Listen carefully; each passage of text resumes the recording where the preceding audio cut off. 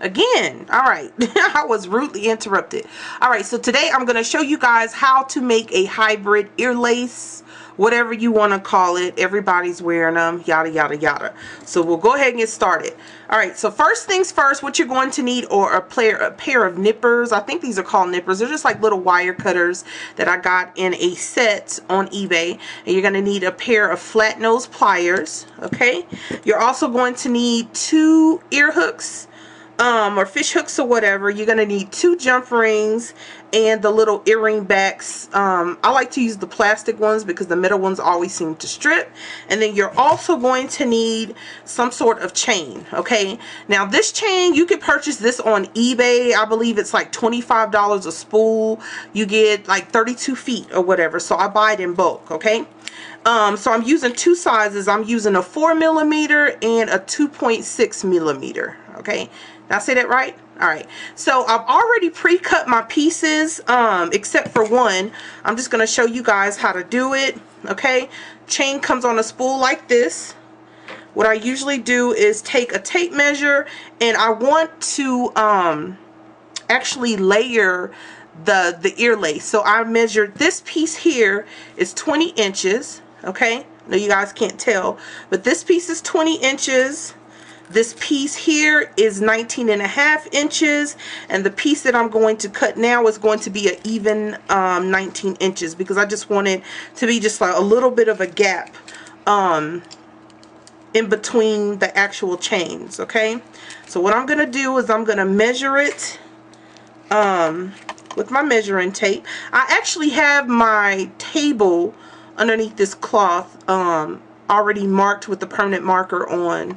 You know, I have this on my table basically that I drew there on myself. But anyway, so yeah, 19 inches.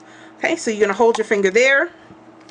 Take your wire cutters, and you're just going to cut a piece of the chain off. Okay, that's all you have to do with that. All right, next, what you're going to do is you're going to take your jump rings and you're going to open them. Jump rings are not known for being really, very strong, but I do find that if you use the ones by Jewelry Essentials, which I believe you can find this particular brand in Hobby Lobby or Michael's. I always get mine from Michael's. These are the strongest ones. A lot of them you can open them up with your fingers, but these are pretty strong, so you're going to have to use 2 pliers. All right, so you grab one end, grab the other end like so, and you twist them open like so. Hope you guys can see that. That's all you do. You just twist it open. Alright, we're going to start with the longest piece, which is 20 inches. And what I'm going to do is I'm going to just slide the end of my jump ring until the very last link. Then I'm going to get the one that's 19.5 inches. And I'm going to slide the very last loop into this one, and then I'll take the even 19-inch chain and I'm going to loop that one into there also. Alright, and then what you're going to do is you're just going to just slide your little fish hook ear wire on there, and then you're going to grab the jump ring and your other set of pliers, and you're just going to twist them closed like so. Okay, and like I said, these are very good. You don't have to, they will break eventually, especially if you have like some really heavy earrings, but since this is light and barely, weighs anything, these should actually last you a long time.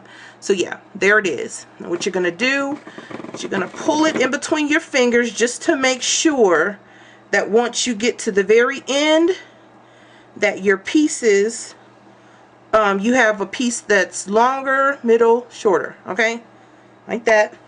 Take your other jump ring, you're going to slide it in here, do the same thing, slide your ear wire, grab your pliers, and you're just going to twist them closed. So this one has a tiny bit of a gap, so I'm just going to use my pliers to kind of squeeze it together like so.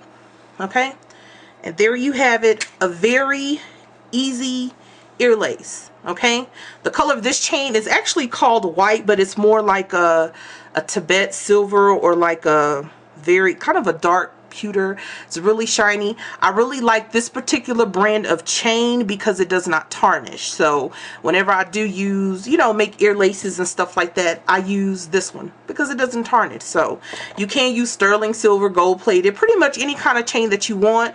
You can have a lot of fun with this by adding, you know, like different charms. Like something like this might be a little bit too long, but it is possible. You know, you could cut the chains a little bit shorter, and you know what I'm saying, kind of add it in the middle. So, you know, you could do different, you know, different little things.